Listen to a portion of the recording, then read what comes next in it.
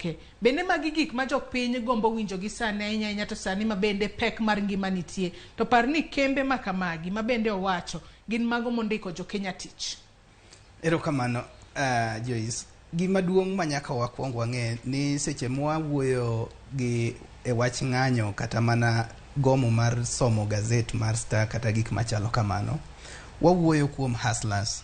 These hustlers jomoko onge kata time mar somo gazedego. Pok nong'iewo gazet, en gazet oromogo kobone gine ring'o. To seche mwawuoyo kama, jo kambe gi ondiko jowa, kendo gindiko nyaka jowa mowuok e piny mar Luo Nyanza.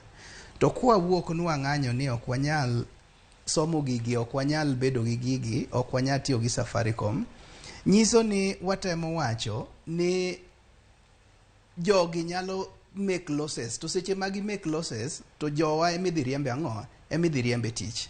Koro kata kane wadwa ni mondo wang'any mondo mi jowa kik som gazet, kik wane tigi Safaricom.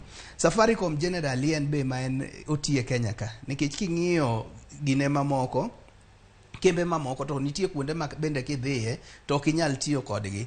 Koro ne wang'iyo ni kata koponi en yo mar ng'anyo, adwaro ni awache gimoro matin ma mheshimiwa temo lero kanyo. Kwang'iyo wach mar ng'anyo, kwa ome chiene 2017, piny ne tek mane jowa moko ne paro ni mondo wapok kata Kenya obed ariyo, kinyalo paro kanyo. Mane wawacho ni gini dhi bedo matek, to nochopo kamoro mane wabedo piny, mane gini olgolo gimiluongo ni handshake in March 2018. Handshake kanodonjo ne waparo ni handshake ne dhi loso kinde jo Kenya. Adieri no kelo kwe e Kenya kama ngima. Ma seche moko go ne oketwa mondo wa boycott some other things, ma bende ne ji boycott, to handshake kanotimore to kwe no biro bedo. Seche mane kwe obedo, ne wayudo ka nitie jok moko ma bende no ywak. Nyiso ni the deputy president mane nitie by then, who is the current president, no dhi othicho oko ang'o e sirkal. To gi no othicho oko e sirkal, pod dong nen jalup jatend piny Kenya.